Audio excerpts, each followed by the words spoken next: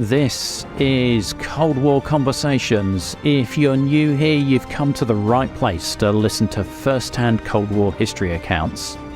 Do make sure you follow us in your podcast app or join our emailing list at coldwarconversations.com. Tim served in the US Air Force and the NSA from 1975 to 1988. This included stints at US Air Force Electronic Warfare Center at Kelly Air Force Base in Texas and RAF Chicksands in the UK, working on signals intelligence collection of Soviet Warsaw Pact and other targets. He also served as part of the Cryptologic Support Group at Strategic Air Command, SAC, at Offutt Air Force Base, Nebraska, providing SIGINT briefings to SAC leadership on worldwide events. In 1983, he transferred to the NSA and later to GCHQ Cheltenham in Gloucestershire, UK. We hear about the first indications that something was amiss the morning the Chernobyl reactor exploded in 1986, the day the cleaners answered the secure phone at SAC HQ, and how at GCHQ, US and British intelligence share information as part of the UKUSA Agreement. I'm delighted to welcome Tim to our Cold War conversation. It was 1975. I decided to join during the time in America and perhaps in other areas of the world. Recession was occurring. I was in university at the time and decided, well, I've always wanted to serve in the military. I had a couple of cousins that had served in the Air Force that I looked up to, so decided to go in. I originally had wanted to go in electronics. Quite a humorous story about that, as I completely aced all the questions on the electronics test, the vocational test, and was prepared to go into electronics. It was something that I really loved.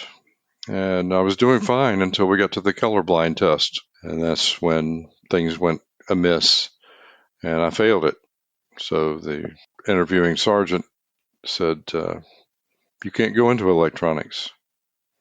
And I said, why not? I aced the test. He says, son, if you were allowed to go into electronics, you're liable to wire one of our F-4 fighters to shoot itself down.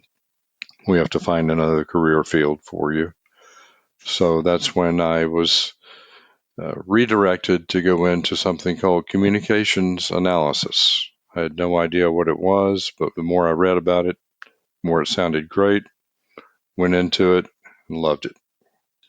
What was communications analysis? It sounds like that sounds like a cover name for something a little bit more interesting. Yes, it was. The more I dug into it, the more I realized that this was electronic eavesdropping and analysis of intercepted communications. I was able to find someone in the recruiting office that knew a little bit more about it, and that's when I was hooked. I said, that's for me. So presumably you're straight into some sort of initial training. Yeah. Once finished what we call basic training or boot camp, I was sent to West Texas to a place called Goodfellow Air Force Base out in the prairies of West Texas, and as the Joint Cryptological School, Joint Services. So it's very similar to what you have in the UK at Chicksands now, where you have Air Force, Army, Marines, Navy, all coming together and being trained in basic cryptography and analysis techniques. And that was about a 6-month school. And were you vetted for this role before you joined? Did they run any security checks on your background or family background? Yes, they did. All military members have to be able to pass at least a secret level clearance. But then OSI in the Air Force came out and did background checks on my mom and dad and teachers and neighbors that I grew up with for the clearance, because I had to be vetted for a top secret clearance. And even beyond the top secret clearance were the special compartmented access for signals intelligence. And so they're training you what equipment you're using, or are they trying to develop you for language skills as well? Actually, neither. I was not directed into the linguistic program. There were linguists there that were learning. That was a different career field or a different specialty. And I did not have to deal with the equipment side. Mine was purely the intelligence and analysis of the intercepted traffic. Okay, so there's somebody else listening to the traffic, and your role is to analyze the data that's coming through and try and interpret what information that's giving you. That's correct. After your initial training, where are you sent to then? Well, I joined the Air Force, I thought, to see the world. And I ended up going right back to San Antonio, Texas, where my basic training had been just 6 months earlier, and got directed to the Air Force Electronic Warfare Center at Kelly Air Force Base in San Antonio, Texas. So I joined the Air Force to see Texas for the first couple of years. Can you just describe to me what is meant by electronic warfare? Well, there are various facets of electronic warfare. There are some of the things that might seem obvious from those who have watched war movies, particularly those involving any electronics. So there's the jamming of signals. There's also the interfering of signals, beaconing, which is where you mimic a beacon in order to throw off the aircraft and direct it in a different path or get it to do things that it shouldn't do. For instance, the Russians had beaconing capabilities that targeted our F-111 fighter bombers. Now, I'm not sure if you're familiar with these, but they're the old swing wing fighter bombers that were programmed with terrain following radar. So they could fly at supersonic speeds at treetop level. And as the terrain following radar would notice that there would be a rise in elevation, it would adjust the altitude of the aircraft accordingly. Well, the Russians had beaconing capability on that, and they could make a beacon that would spoof a hill or a forest or whatever and make the aircraft jump up to a high altitude to where it would be vulnerable to radar detection.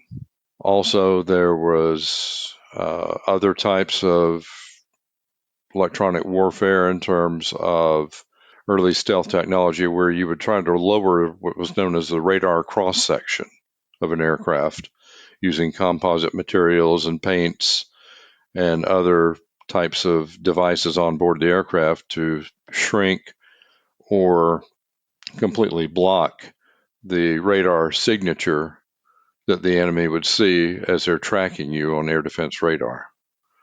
So those were the things that we dealt with at the Air Force Electronic Warfare Center.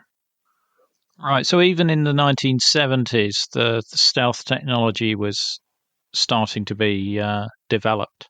Yes, very much. And actually, it was in the 1960s, as I found out from working there, because we did a lot of analysis from the late 60s and 70s that the American Air Force had learned from the Vietnam conflict. Some of these techniques were developed during that time that supported things like the Wild Weasel program. Again, I'm not sure if you or your listeners are familiar with that, but F-4 fighters that were specially trained to go on missions to hunt SAM sites by popping up, being able to lock in on, for instance, an SA-2 site and be able to follow that radar beam and locate a missile and send it on its way to knock out the SAM site. Those kind of things that we ran into, and also how the Vietnamese, along with the help of the Russians, were able to defeat some of that. So it was a measure of electronic countermeasures and then countermeasures, kind of like spy versus spy.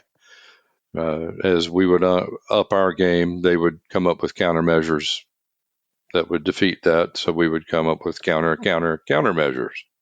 Like a game of whack-a-mole. Yes, almost. exactly. Other things like chaff, the use of chaff to disguise radar signatures too, which your Air Force perfected pretty well back during World War II to fool the German radar.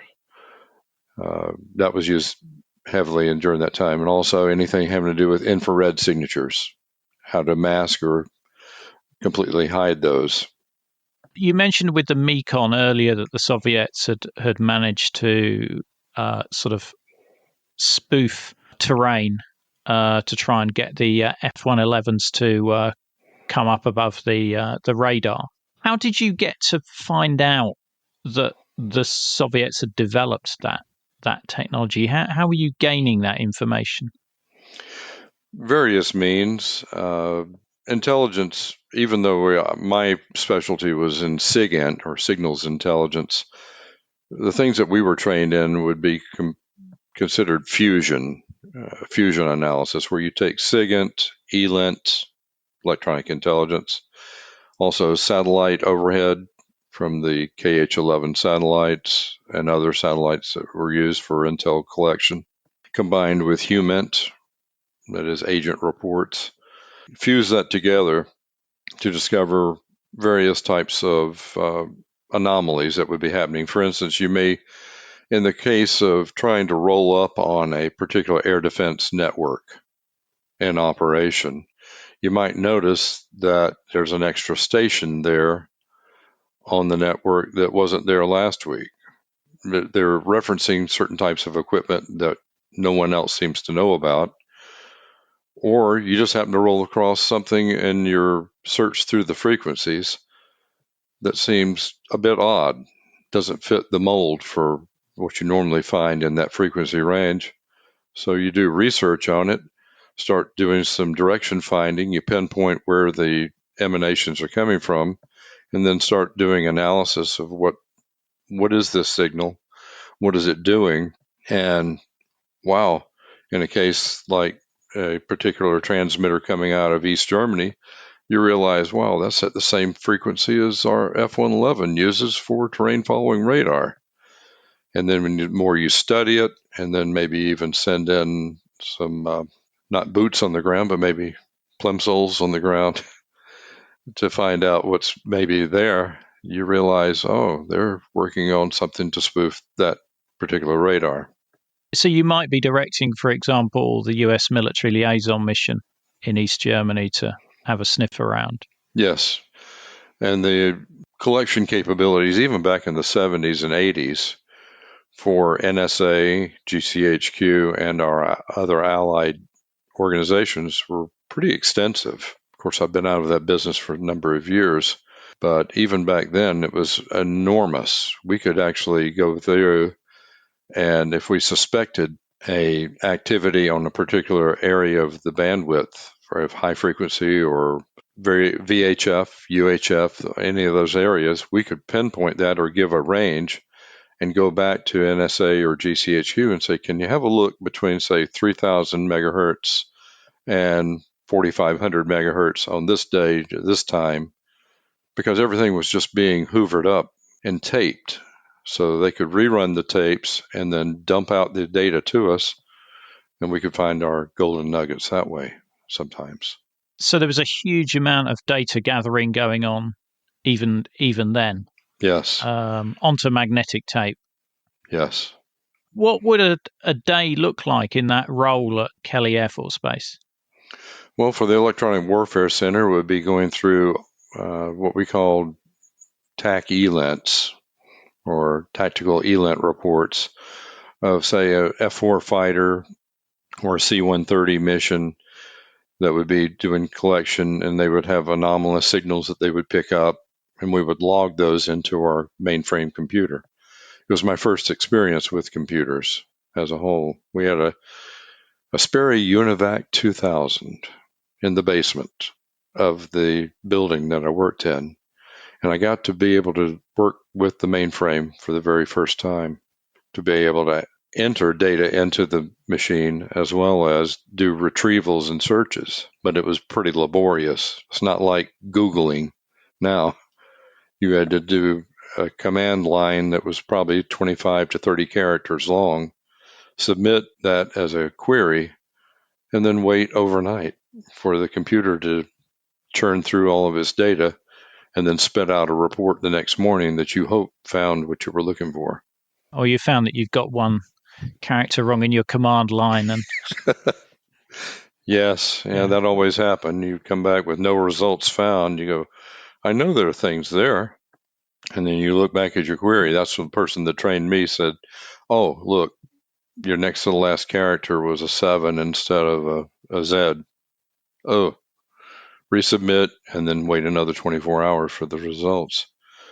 We also got real live information too, obviously from Europe and the Pacific theaters, not only against obviously the Soviet Union and Warsaw Pact, but also against Chinese and Vietnamese, and even potentially hostile third world type countries, non-aligned, like Yugoslavia or Romania or others.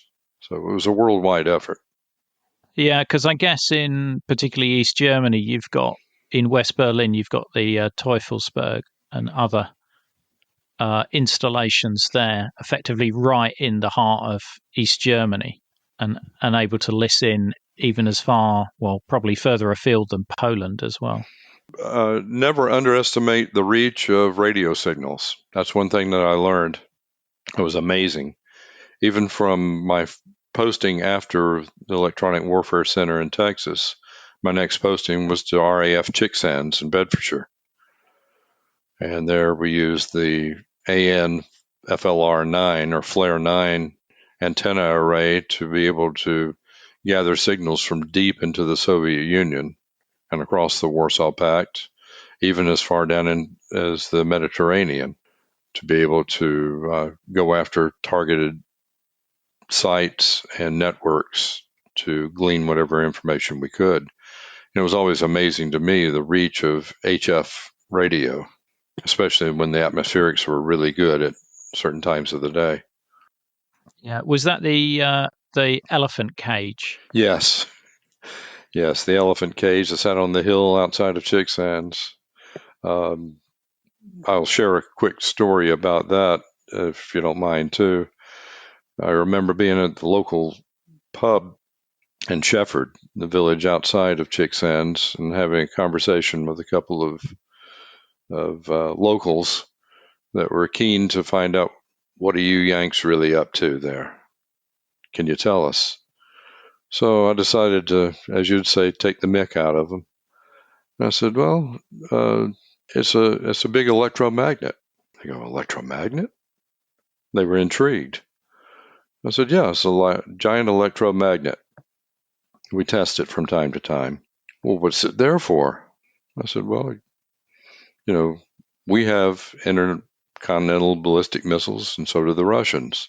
So in the event that the Russians decide to make a first strike against the U.S., we'll turn on the antenna array, the electromagnet, to draw the missiles in to keep them from making it across to America. And I said it with just completely straight face. And to see the look on their faces after about 3 seconds, classic. You bloody Americans, what are you doing? I can't. Hey, man, as we say, pulling your leg or taking the mick. Brilliant. Was it the first time you'd been to the UK, being posted to Chicksands? Yes, I had never left America before. It was kind of a dream. Many Americans, to us, the UK is the land of legends. And in my case, my family came from the UK to settle in America and to South Carolina about 300 some odd years ago. So for me, it was a way to see the old home country and see what it was all about. So quite excited to be posted there. I mean, you're working with the RAF at Chicksands, or not? Are you totally US managed there? It's totally. It was a token RAF commander on the base. And I don't mean to say that in a derogatory way, but it was One person. It was the RAF commander, apparently due to the Status of Forces Agreement between the U.S. and UK. Totally a U.S. operation otherwise. Was your role there different to the role that you had in Texas, or was it a similar sort of role? Oh, it was completely different, Ian. There in Texas, I was dealing with historical information primarily and building databases of information on various radars and machining equipment and other jamming equipment. Basically, as we would say, building a database, building a catalog of experiences and technical parameters. Chicksands, all live 7x24 rotating shifts, all focused at pulling in real live information and then making preliminary analysis in the field of what's going on, what conclusions can we draw, and then also how do we escalate this to other intelligence authorities if there's something that we feel like is significantly off the beam that warrants further investigation or that senior government officials need to be aware of. So presumably you're looking at things like readiness status and things like changes in regular patterns that you normally see that indicate that something untoward may be happening.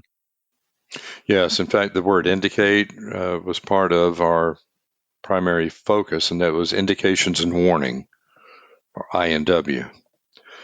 And it was always the idea of finding out what are the baselines, what are the norms, and then how would the Soviets or Warsaw Pact countries, their forces, deviate from that from time to time, for instance, during an air defense exercise or closure of an airfield temporarily for resurfacing their airfield. How would they go about that? Or what would happen? Order of battle changes.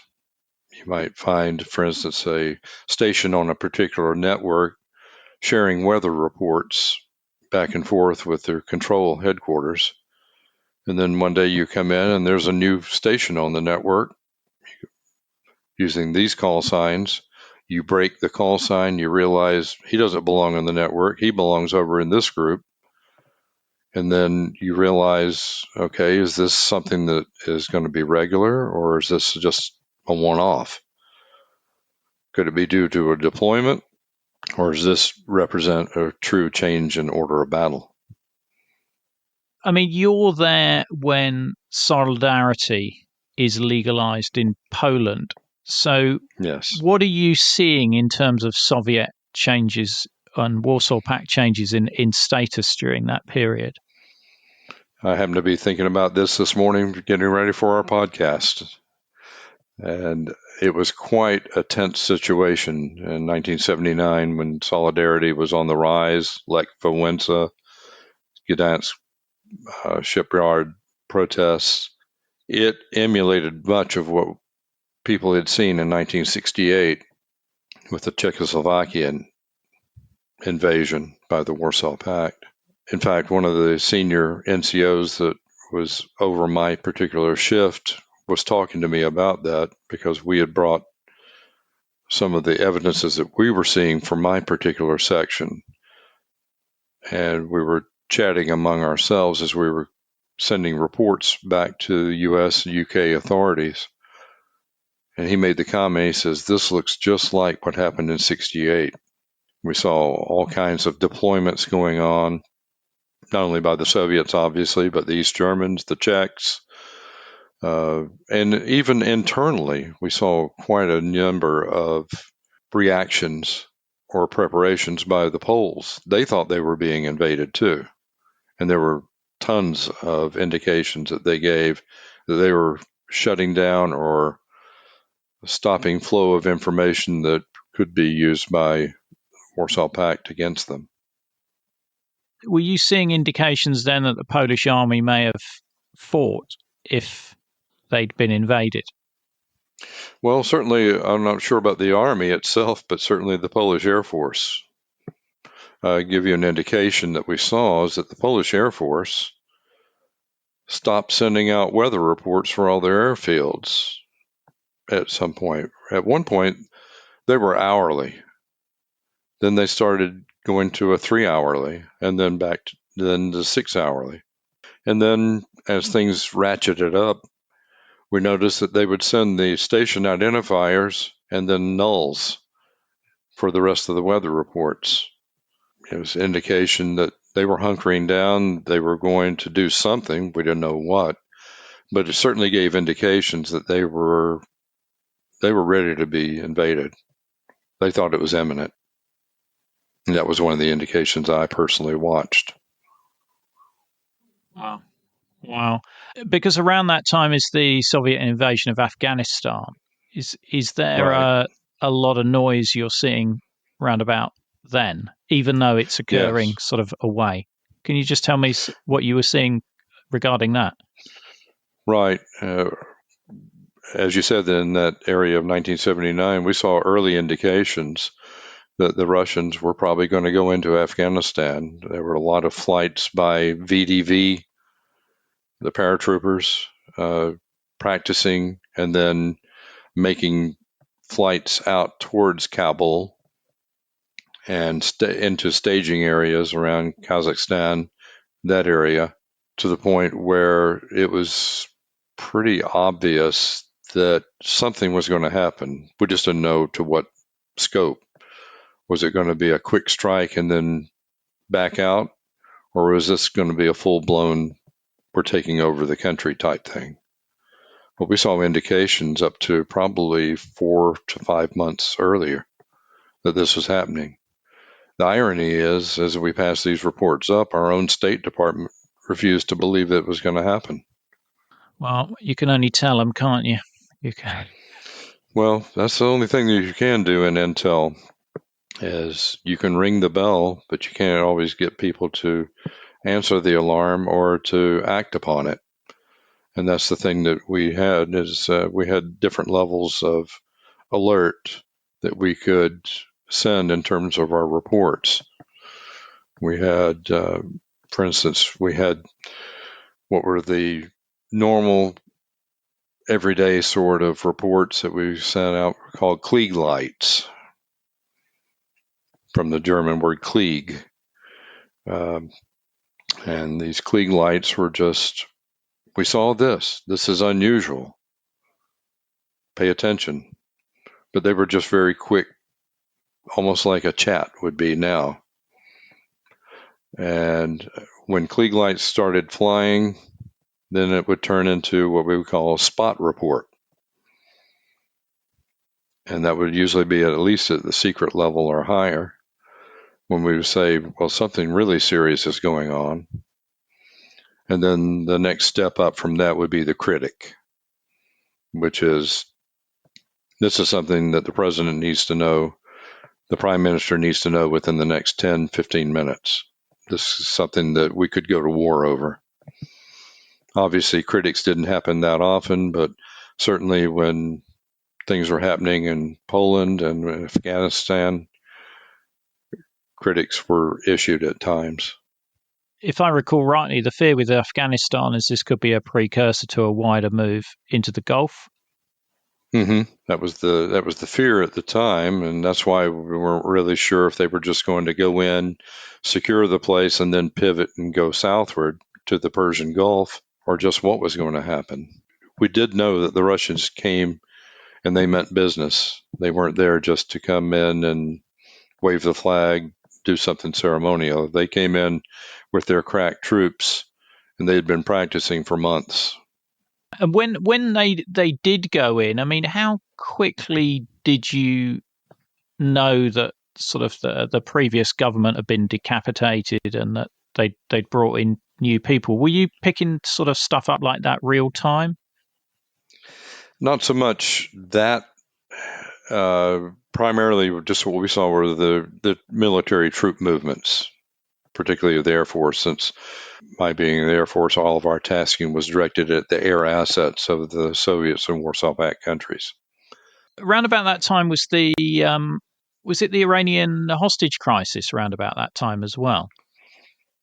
Yes, it seemed like everything was going on in the world at the same time, much like today. Yeah. The Iranian hostage, that was huge, obviously, for us, particularly for Americans. One of the things that we did support occurred during that time is after the hostages had been in captivity for some time, the plan was hatched to send in a force of Americans, the Delta Force and commandos, to try to attempt to rescue. For those that may remember, during that time, it turned into a complete disaster. Aircraft lost, lives lost, element of surprise lost. It was a shambles. And primarily this was due to weather, unexpected weather that occurred during that time. I'd heard reports during that time that we were not equipped with the right type of equipment going in, that the helicopters, for instance, that crashed didn't have the filters on the front to keep the sand out of the turbine intakes. There were a number of things, and of course, whenever there's a fiasco, there are fingers pointed. Whose fault is it? Where was our intel? Didn't anybody see this happening? From my standpoint, in the section that I was dealing with at the time, we did not see any of this weather develop. But that's just the sudden nature of what was going on from a meteorological standpoint. Did it make it any easier listening into the Iranians that they had been supplied with quite a lot of American equipment? No, it didn't make it any easier because everything was so volatile. You had no idea at the time which side was going to prevail. You didn't know if this uprising was going to last.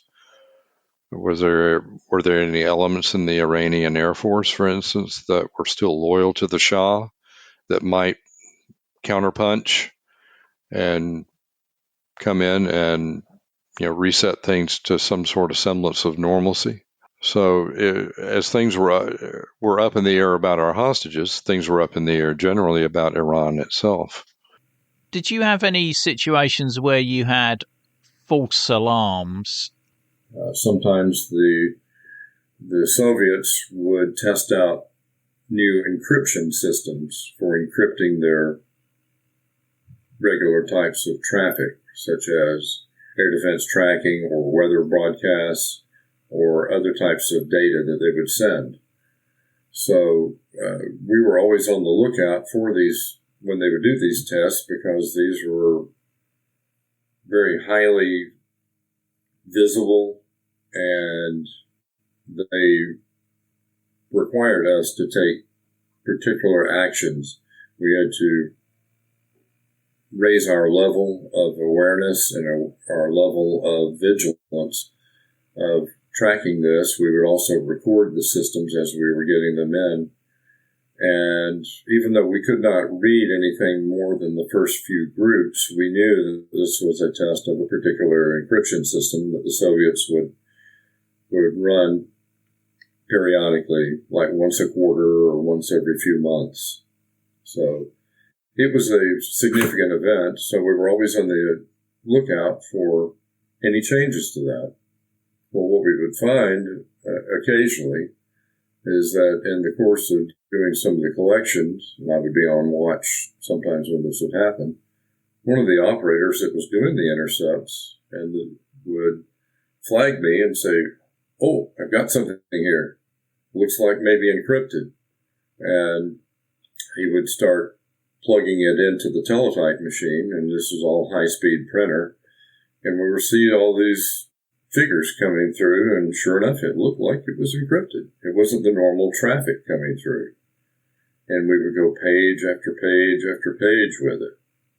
So some of the folks would report this, and I was happened to come on duty at the time where some of this was being collected, and it had already been reported up the chain that looks like the Soviets are testing a new encryption system, which if it had been the case on this particular broadcast, it would have been a first. it would have been what we call a game changer for this particular broadcast. So I started looking at the traffic, and after just a few minutes of it, I realized, I don't think this is encryption. And everyone's looking at me and go, what do you mean? It's clearly encrypted. It's not normal traffic. I said, yeah, but if you take the end of each line and reverse it, it makes sense. So I showed them on a piece of paper. I transcribed everything in reverse, and it was normal weather reports that were coming in.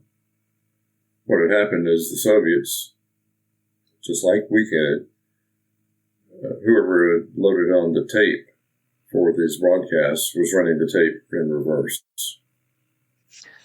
So what looked to be a new encryption system was actually an error on the other side, and they were just sending things in reverse. And probably hadn't caught their own mistake until someone perhaps got on the ringer and said, oops, you're sending it out.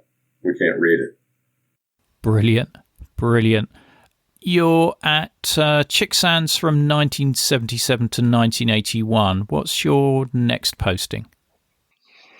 Well, at that point, I'm off to Nebraska, the heartland of America. I'm attached to Strategic Air Command headquarters in Offutt Air Force Base, just outside of Omaha. I'm attached to them with a group called the Cryptologic Support Group, or CSG for SAC. And what we did is we operated a mini intel center within the Strategic Air Command Intel Center on the base, about 50 feet below the ground in hardened bunkers, offices, advising SAC on world developments. So the focus there was obviously not just what's happening with the Russians, but what's happening with the Chinese, what's happening with the Iranians, what's happening with terror groups. And that's when things were really starting to expand in our intel collections against various terror groups like Red Brigades and Shining Path and others. So it became more of a worldwide focus at that point to brief SAC every morning on what was going on from a NSA standpoint. So in Nebraska, you're there through to 83. So do you get any view around the Able Archer alerts? Yes, we had that Able Archer, but we also had other instances of signals intelligence, other types of intelligence. This is when the fusion things that I was telling you about really blossomed, because my level of clearance was raised to include other compartmented information having to deal with, for instance, the telemetry intercepts that we made, as well as satellite photography and information that we gleaned from, for instance, the KAL007 satellite. We also were privy to even higher level type of information at different levels, codename Gamma and TK for talent keyhole, which would have been the satellite information, and Bravo. So we would get briefings on that you had to sign for. It was eyes only. You had to sign for everyone that read it, had to sign that they had seen this. And then you put the folder back on and passed it to the next person. This is obviously in the days before we could share documentation across the internet. These would be indications, for instance, and we kind of thought it was silly ourselves. There was a fascination about the Russians having the train-borne command post. Now, Russians have an airborne command post. We have airborne command posts.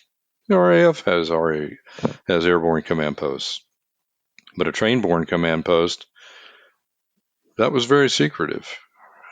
It was very special how we got that information. The general staff train-borne command post would be moving from one place to another.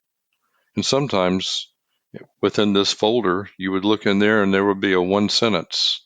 The train-borne command post left Minsk and is headed to its next destination at Semipalatinsk. That's it. And I would look at it, and we would look at it and go, what's the big deal? Apparently, it was a big deal. And I think that gets into the nature of intel collection in itself. Sometimes it's not what you find out, but how you found out, which is even more important of a secret. So there were certain indicators that would indicate a heightening of tension, such as the moving of the train-borne command post to a specific location. Right. Because this would affect, since it is the Soviet General Staff, it would be the equivalent of our Joint Chiefs of Staff in the U.S., or the whatever the equivalent would be with your MOD. Your top people that have their fingers figuratively or literally on the button that could launch a nuclear strike, this is where they would do it from. So the movements of this were highly classified, and this was information that would just come in dribs and drabs. There was no regularity to it. We may not see any intel on this for a week, and then we may get 3 reports in 3 days. There were a number of tension-raising incidents in 1983. I mean, the first one is the KAL007 Korean airliner. I'm presuming you're all over that. Yes, that really attracted a lot of attention. I happened to be working the night that happened.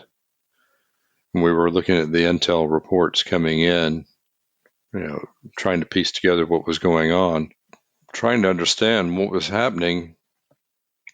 And you're trying to do this in the aftermath of intercepts, because the first thing we find out is that, the Russians have shot down a civilian airliner in the Far East.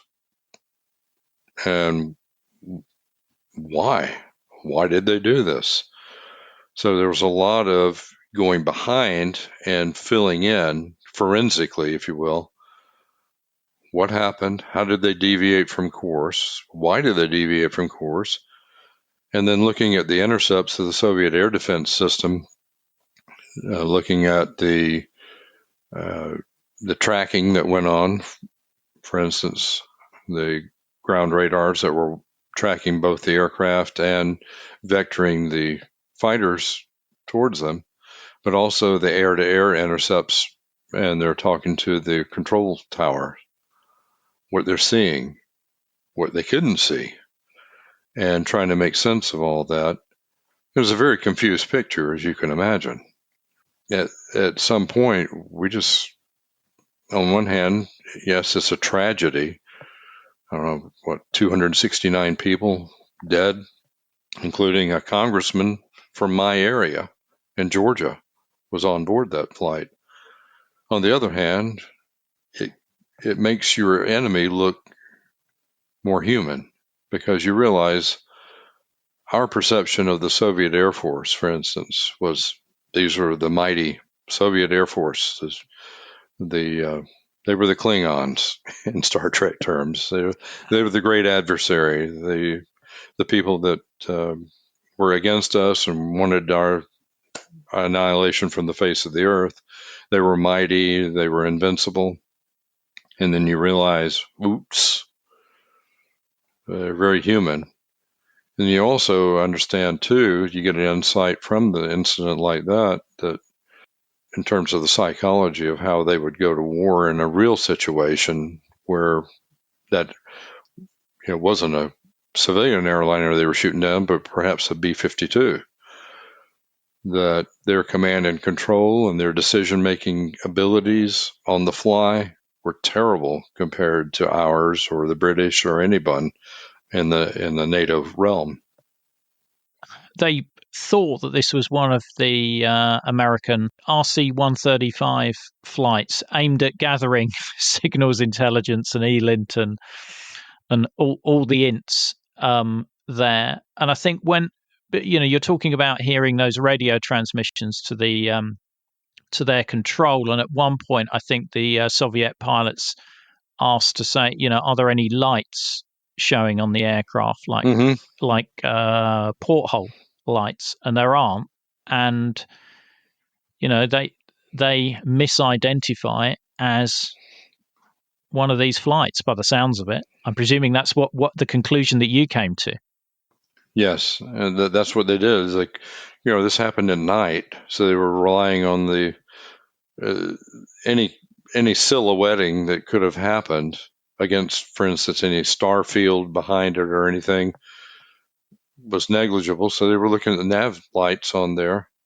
But even the spread of the navigation lights on an RC-135 versus a 747 airliner, completely different.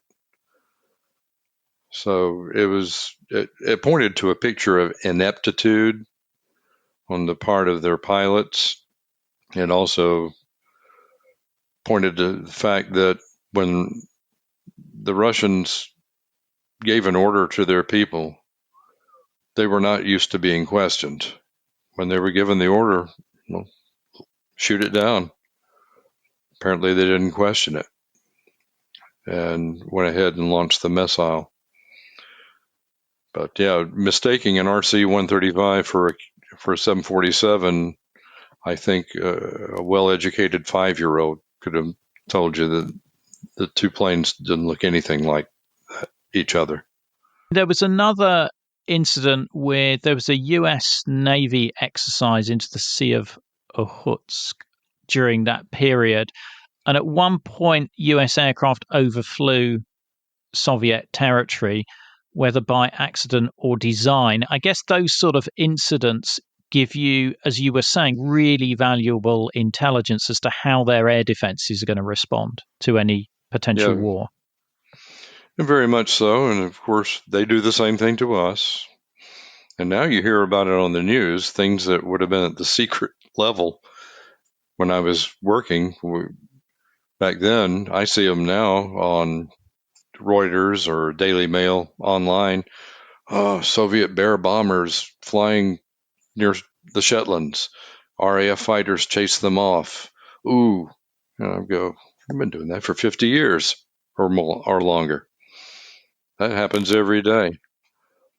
And the Russians are still flying the same aircraft as well. Well, yeah, they are. And that's one thing that we also learned over the period of time is that their tactics really didn't change. The hardware may have changed and their munitions may have changed. They may have upgraded their radars. But one thing that is probably still not changed, and we see evidence, I think, of that in Ukraine as I'm watching these reports coming out now, just through the press, that their tactics are still molded back in even pre-Cold War kind of psychology. Now, in the notes you sent me, you had an interesting story about the cleaning staff at Strategic Air Command. Yes. I was working in the intel section of Strategic Air Command, SAC, during my last duty station in the U.S. Air Force. The custom in our section was that we worked 7 by 24 rotating shifts, and whoever had the Sunday afternoon shift was when the cleaning crew would come in. The civilian cleaning crew would come in and vacuum and dust and tidy up the watch area. So during that time, we had to, what we call, sanitize the area. We had to cover up our screens whenever they were in the room so they couldn't see the display screens of the computers, and hide all the classified information because, of course, these people were not cleared. And they came in with their dusting rags and vacuums and started going throughout the watch center. Well, these people were supposed to be technically overseen, that is, monitored and supervised by at least one person that was on duty. This particular Sunday, though, we had a TV in the area, and we were watching American football on the television. And there was a particularly exciting game with a lot of playoff implications to it.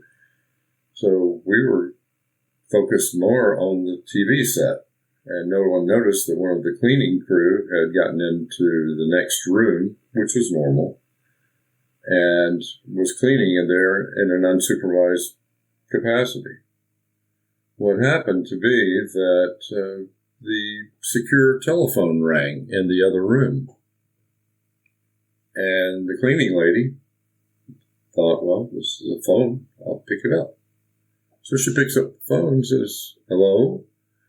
And the voice in the other end says, hello? And he says, who is this? She said, well, my name's Martha. Who is this? Well, my name is Brigadier General Annie. She says, oh, hi, Mr. Annie. And you can imagine how this is going. Yeah. Mr. Annie says, what are you doing in my intel center? She says, well, I'm cleaning. Oh, you're cleaning. I see. She says, where are you? He says, well, I happen to be up in an airplane at about 40,000 feet. Is there anyone else in the watch center? She says, oh, yeah, there are several officers and others that are out watching TV. He says, would you please put on the ranking person so I can speak to him? She says, I'll be happy to. So, of course, our duty officer, Major Burke, was aghast when the cleaning lady pops into our office while we're watching the telly and says, excuse me, I've got a Mr. Annie on the phone that wants to speak to the ranking officer. His face turned completely white as a sheet. He bolted out of his seat and ran into the other office.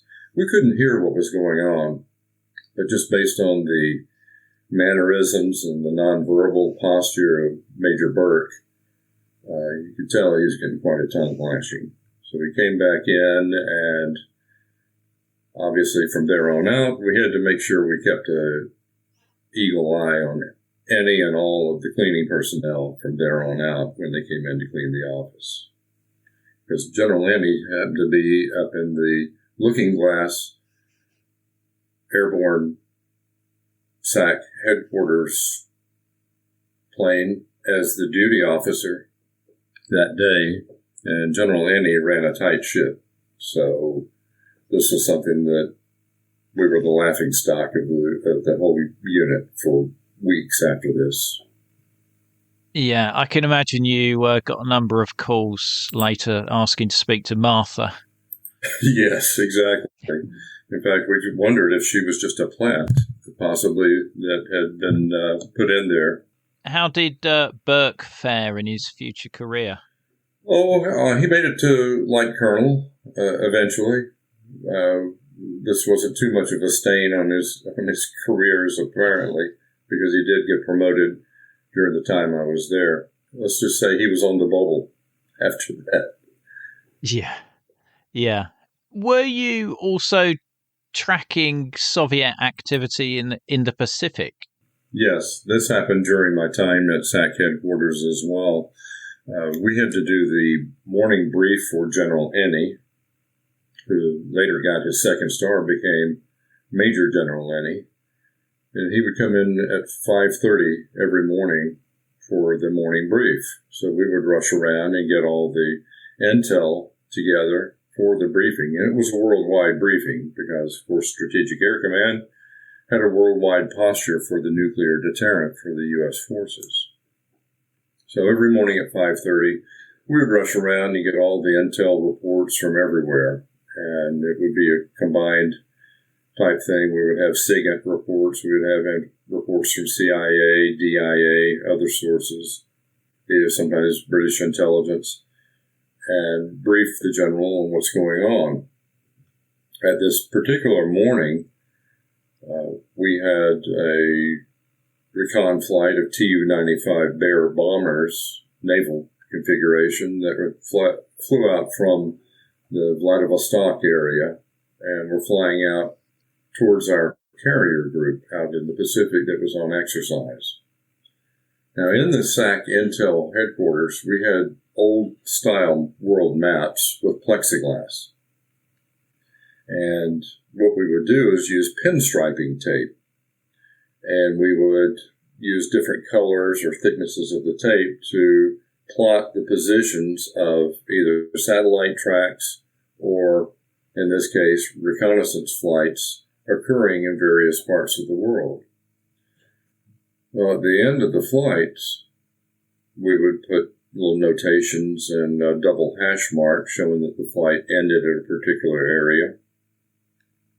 And then we would use a box cutter knife to cut the tape there and have a nice clean display for the general to look at. We were such a rush that morning, I don't know who it was. It wasn't me, but one of our people forgot to cut the tape and left it hanging.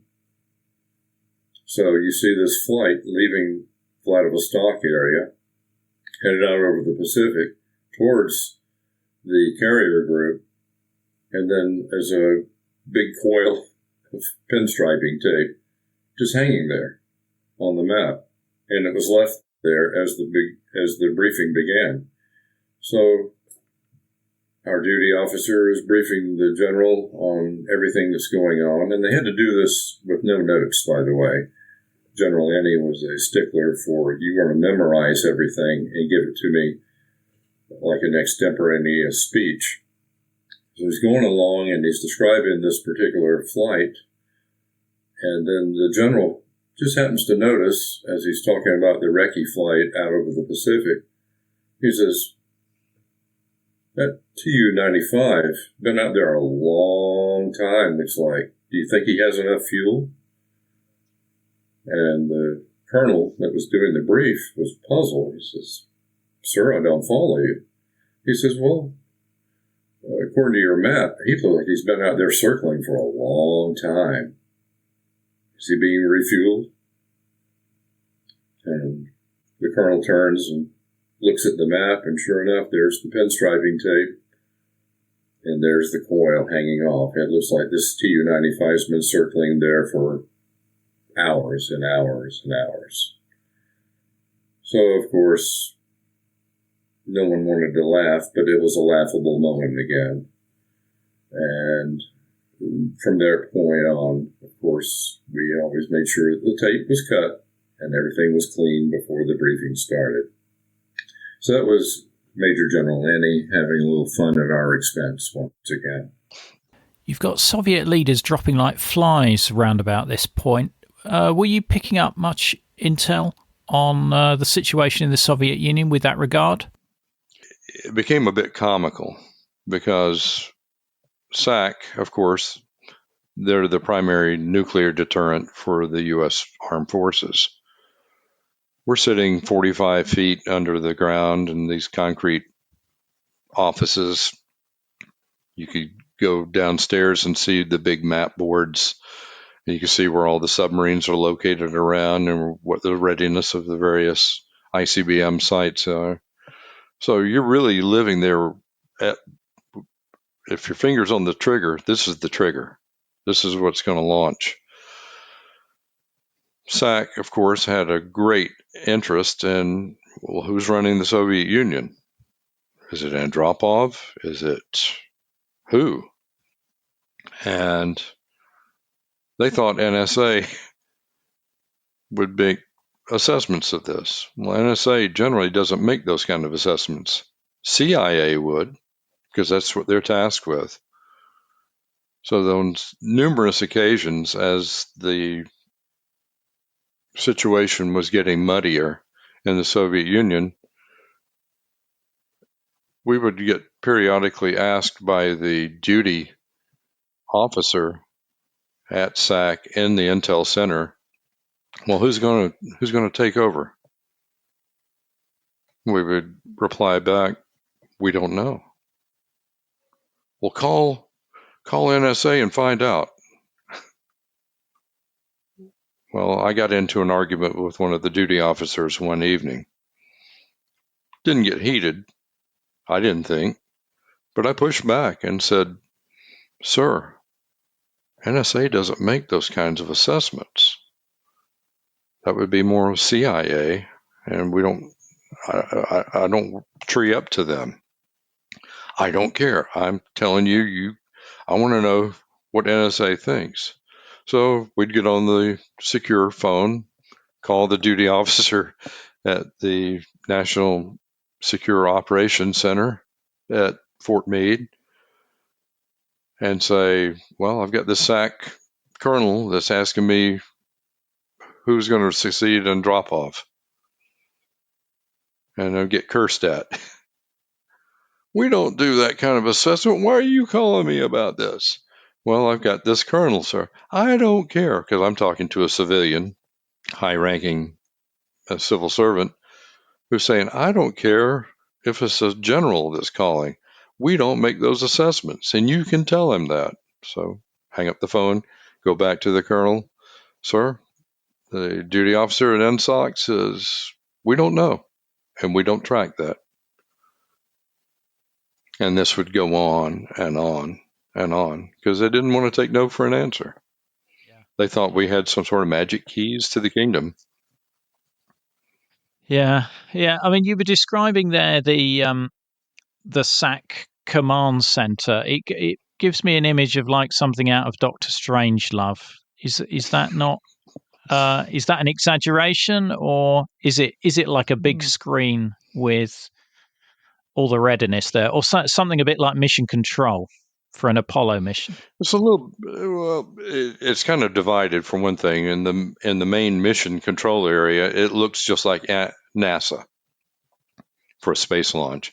You've got these gigantic screens that are flat map of the world, and again, you would have depictions of where our subs were, where the Russian subs were, all plotted out on there. It was quite high tech for its time. I only went in there a few times because my duty station was in the actual briefing room area where we would have access with our computers to the incoming intel, and then we would prepare the briefs for the commander of the SAC intel group, who happened to be a 2-star general. So there we had flat maps with plexiglass that we would put up either with grease pencil or with pinstriping tape showing different collection flights going on or movements and whatever.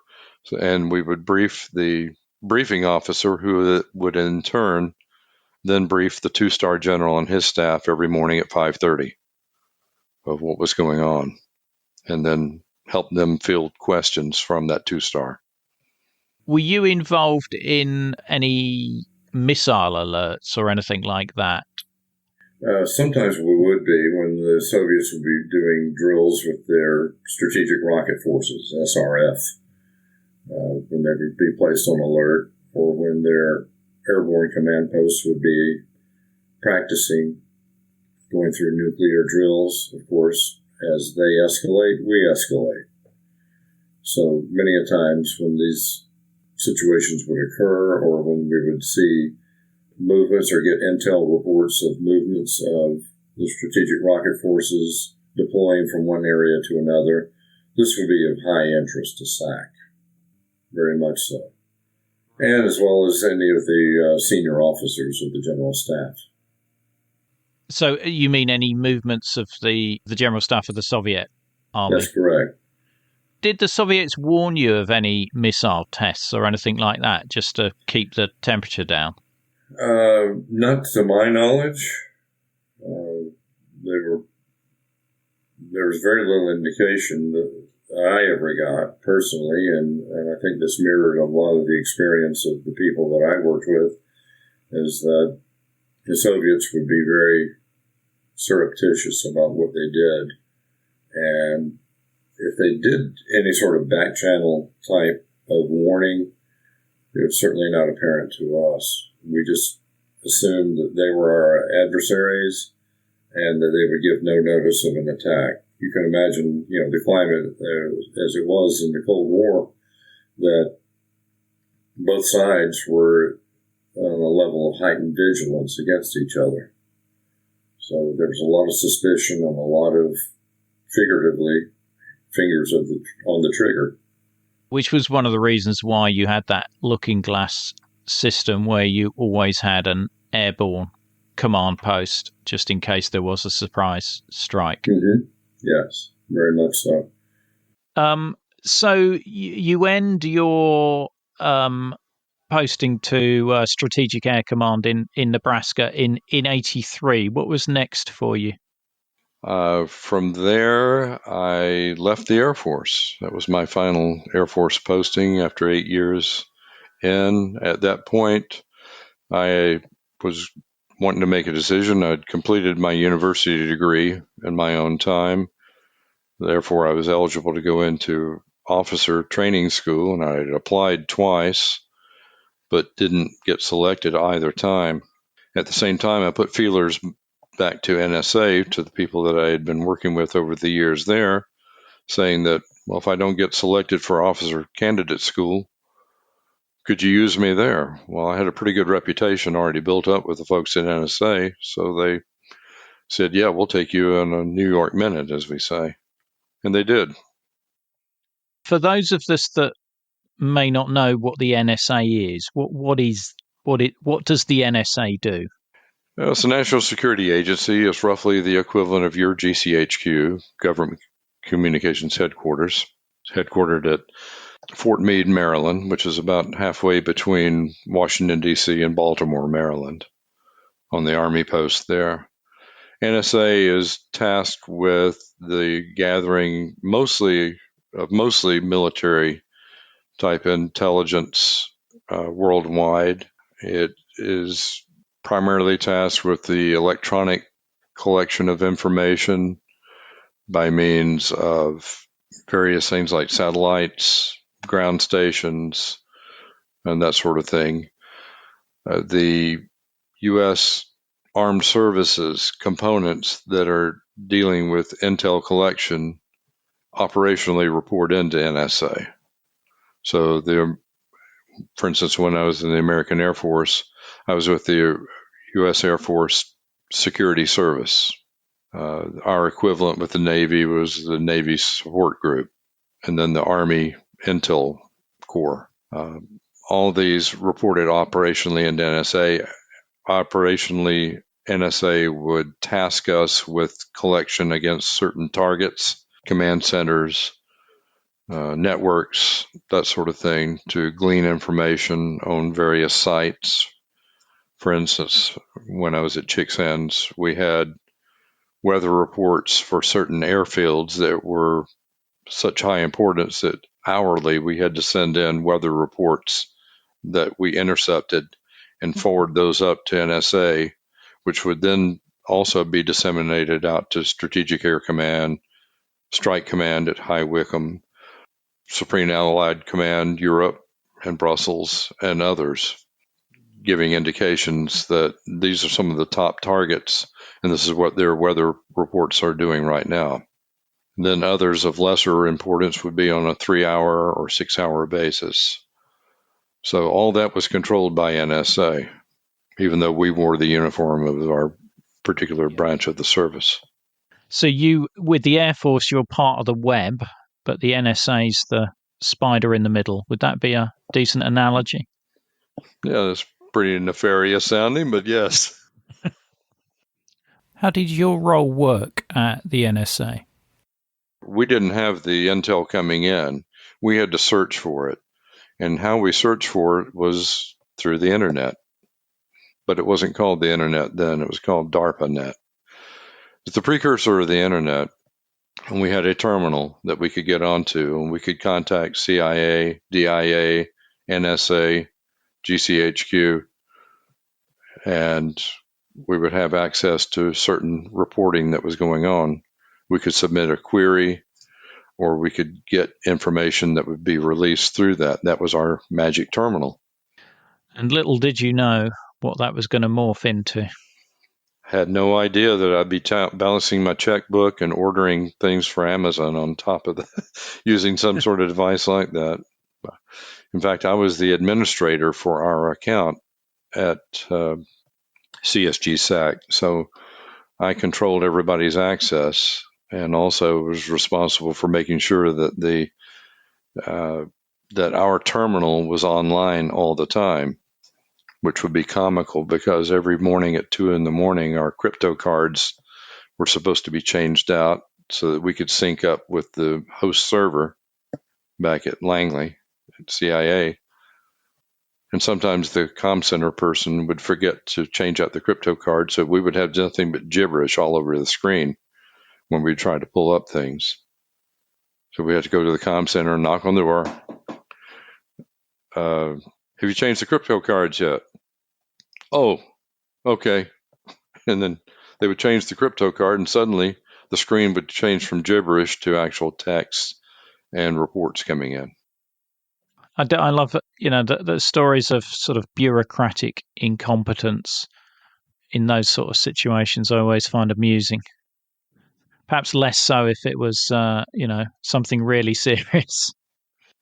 I tell people when they ask about my background, they say, what did you do in the service? What did you do with NSA? And I said, I was in the ultimate of oxymorons, military intelligence.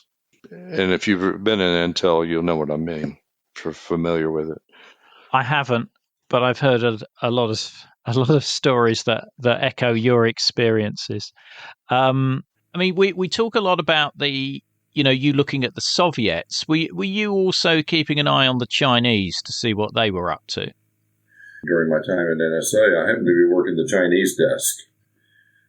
And one of the things that was noticeable was that the air defense tracking for the Chinese seemed to have suddenly become much more sophisticated in tracking our SR-71 reconnaissance flights over the East China Sea. Normally, these flights would take off out of Kadena Air Base and Okinawa, and then take up a position, roughly what we call a racetrack formation, or a large figure eight out over the ocean. Not actually flying over the mainland, but they would take a track up in a figure eight, and the Chinese air defense radars had a terrible time trying to keep track of the SR-71 because, of course, it's flying at Mach 3 or higher, and their radars could not keep up. So they were always a minute, 2 minutes behind in reporting through their ground stations up to their air defense sector headquarters. Well, one day, suddenly, it seemed like they were not only able to track, but very highly accurately track the SR-71 within just a few seconds, which amazed everyone. Could it be that they had suddenly put in place a new sophisticated high-tech radar, and we had no inkling of this? So this carried on for several days, and they were just spot on, tracking the SR-71 with precision that they had never seen before.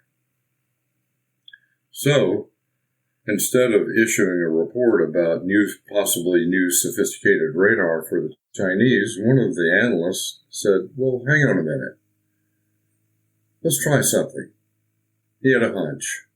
So, normally the track would start at a particular point, the SR-71 in its track would track sort of northeasterly, then turn to the northwest, then around the top of the figure eight, and go anti-clockwise, and then down the figure eight, and go clockwise, and then back in a particular motion, one way. So he said, let's try something. So what they did is they changed the route of the SR-71 to start at a different point and go in a completely different direction in the figure eight. Well, as he started on his route, the Chinese figured out, yeah, he's there. So they started sending air defense tracking, and lo and behold, they started tracking him in his old path. And he's actually, our radars and our indicators showed that he was actually going southbound when the Chinese were tracking him northbound. And this continued on for several minutes. They're plotting away and putting his position completely outside of where it's supposed to be. And then suddenly the operator of the radar realized, oops, scrap, delete all that tracking. And suddenly they're rushing around trying to track him southbound. So what we thought to be an indicator that the Chinese had upgraded their radars simply meant that they had fallen into the pattern and been able to predict what we were doing with the SR-71, so they were cheating a bit. And their air defense tracking and just being lazy. And this is the way it was proven out. So a bit humorous, just showing that in the area of intel, it's always measures and countermeasures. You're always trying to figure out the other guy. And sometimes when you think that you have something that's very significant, it turns out the other fellows just changed up things a bit just to keep you honest. So you did those they didn't sort of try and randomize them anyway. They were quite predictable in terms of how they were going to fly them.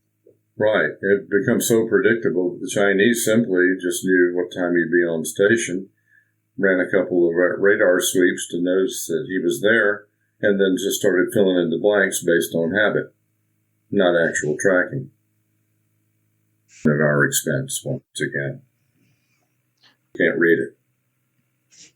So you're at Fort Meade for about a year, and then you're back in the delightful British countryside, but a different location. Yes. Well, when I went to NSA, of course, I didn't have the blue uniform of the U.S. Air Force on anymore. I was civilian, full-time, civil servant, and went to Fort Meade and thought I would be there for some years. After about 8 weeks on board, my boss came to me at my desk and said, "We need help at GCHQ, and you're the person that would be best suited to help out with that." I said, "Well, that's great. I could do with a temporary duty. You want me to go over for a week, couple of weeks? I'll even go for a month." And he just laughed. He says, "No, we're talking about 3 years, 4 years." Well, at the time, I just moved into my apartment, my wife and I, my young son. We still had cardboard boxes that we hadn't unpacked. And I said, "Well, can I think about it?" And he says, "Yeah, but we need a decision pretty quickly because this is an urgent need for you." So I went home, and I remember my wife saying, "We just got here." So I accepted. What were you there? Were you a liaison between the NSA and the British there, or what was your role?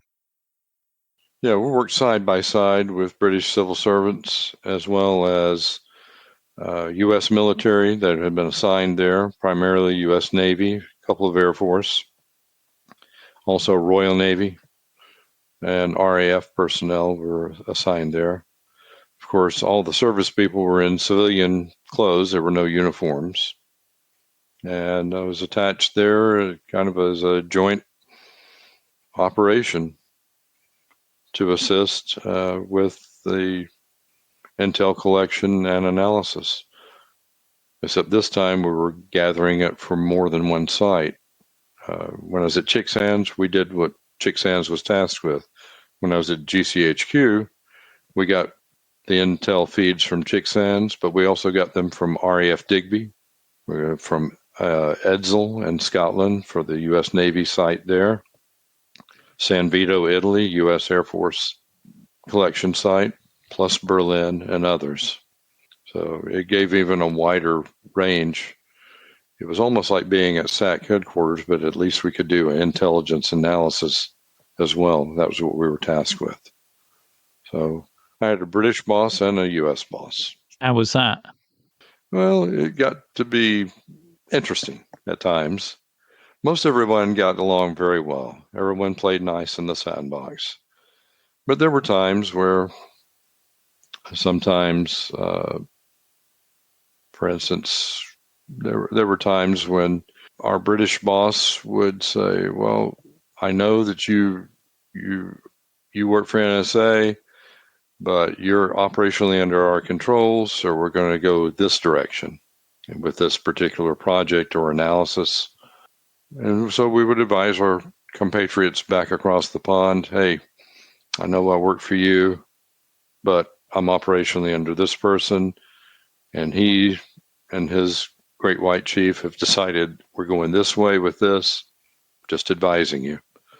So it didn't happen very often. NSA and GCHQ are very much in sync. At least they were when I was there, and I have no indication that would have changed over the years.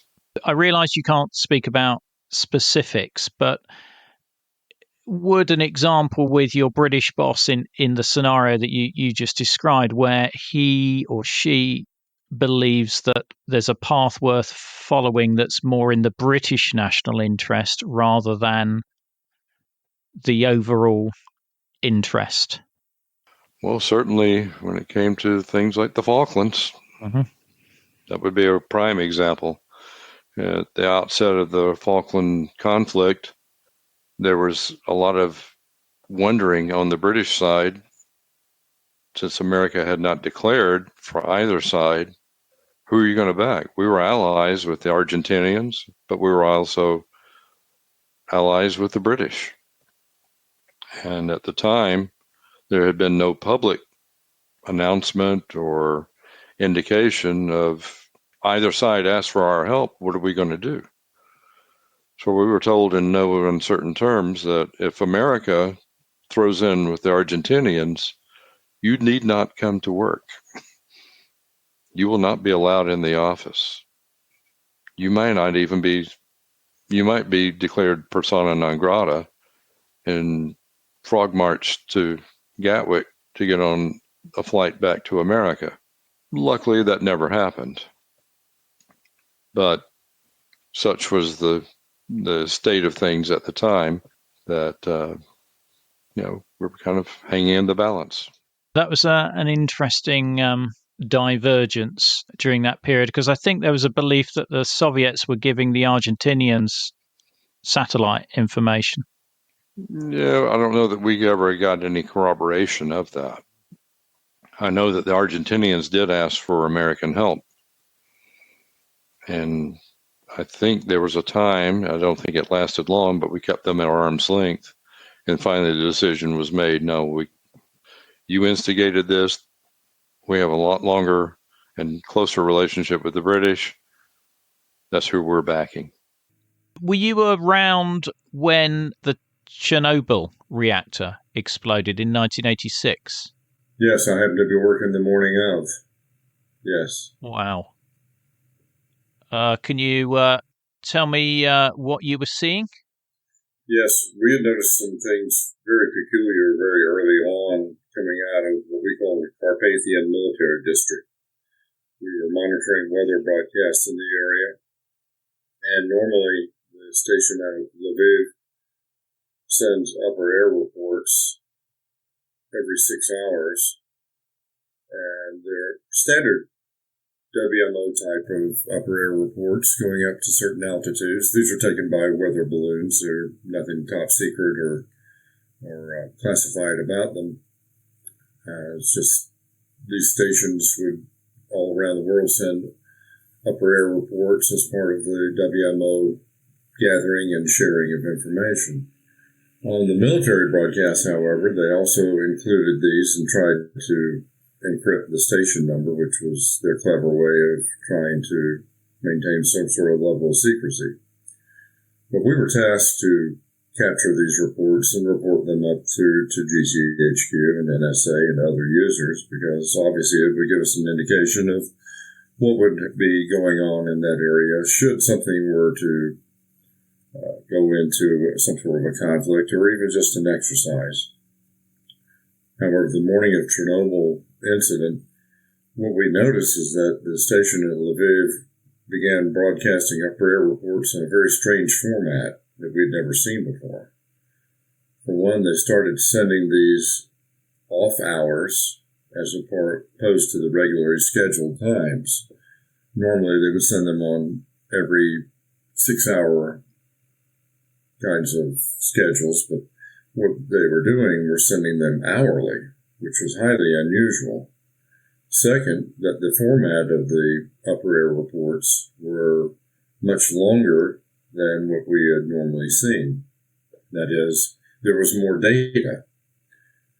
I had no indication of how to break these out. My job as an analyst was merely to work out who the stations were and then report the information up. However, my counterpart over at GCHQ was highly interested in these and started working on them because he was a Met officer. And what he came back with during the course of the morning, we discovered that the upper air reports not only were more frequent, but they were going at much higher altitudes than ever previously reported out of Lviv. They were going up quite high, sometimes as high as 80,000 feet, which is unheard of. And the fact that they were broadcasting these hourly combined into something that was very significant. Now, at the time, we had no other indication in our particular area of expertise that there was anything amiss there. So we just reported it as an anomaly. It wasn't until later, as more news reports, open source news reports were reporting that there had been the reactor breach. So we had one of the very first indications. We just didn't know what to make of it at the time. And these reports continued hourly and then fell back to a 3-hourly basis for the next week. So, again, this was one of the things that we had talked about as far as indications and warning. When the chap that you're listening in on suddenly makes a change in his procedure and starts sending something that he doesn't normally send, that's something that is supposed to attract our attention, and then we report it up the stream, up the chain of command. Well, you didn't know it was radiation or there was a breach of the reactor at that point. You just noticed there was a change in the behavior of the opposition. Sudden and very noticeable change.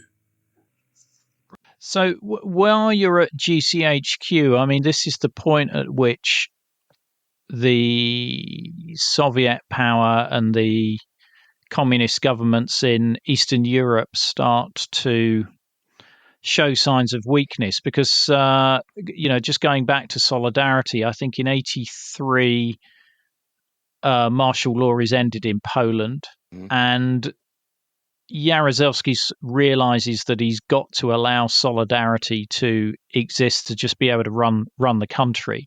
So there is a slow path there to democracy. What are you seeing in Poland and in the other Warsaw Pact countries at that time? Do you have any indication that the whole house of cards is going to come down? I would love to say yes. I was a brilliant analyst and I saw it happening, but I would be lying like a dog, as we say. I was flummoxed. By the time my time with NSA and GCHQ ended in 1988, I would have not bet the farm that this would have ever happened. If anything, it seemed like we were just going to continue to be in a very highly adversarial and very taut relationship with the Soviet Union and Warsaw Pact for years to come.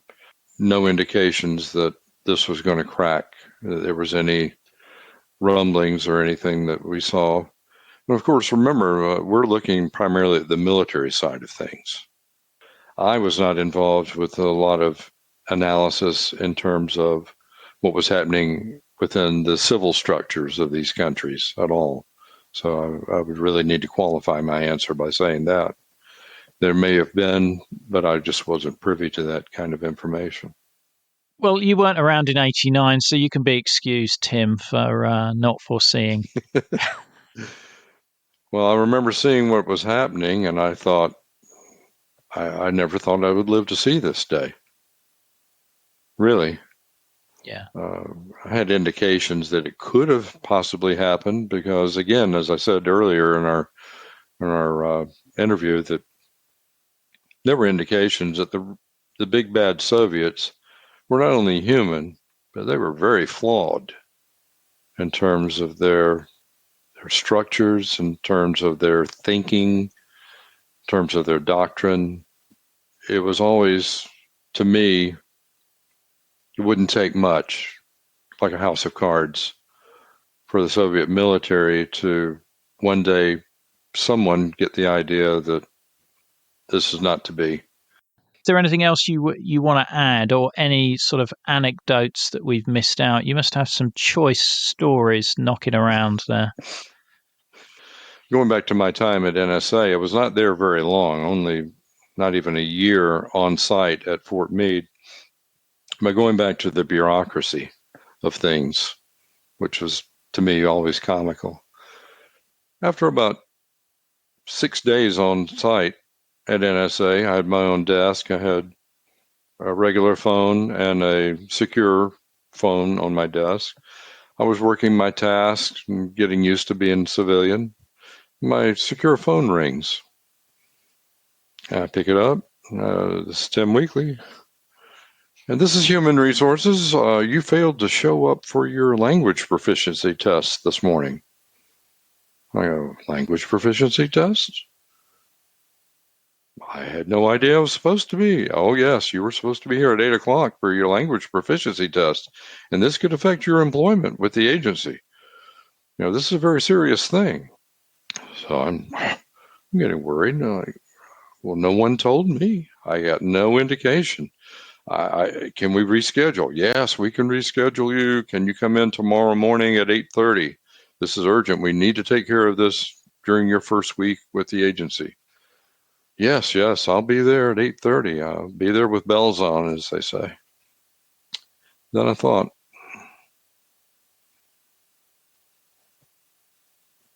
ma'am, which language am I supposed to have proficiency in? She says, Vietnamese. I said, Vietnamese? She says, yes, Vietnamese. My response to her is, lady, I know 3 terms in Vietnamese: Hanoi, Ho Chi Minh, and Saigon. That's it. If you're expecting me to be a Vietnamese linguist, we're in deep trouble. And so she says, well, I need to get with my boss on this. And I said, so do I. So I go walking back to my boss and tell him the story. He breaks out into laughter. Oh, I know what happened. We wanted you so bad, we didn't have an open billet for you as an analyst. So we put you in as a linguist. I didn't know they were going to put you in as a Vietnamese linguist. It was a temporary thing until we could transfer you into the right billet. And I said, well, thanks a lot. I told him what I told them, and he just laughed. Brilliant. He says, we'll get it straightened out. Don't worry. Brilliant.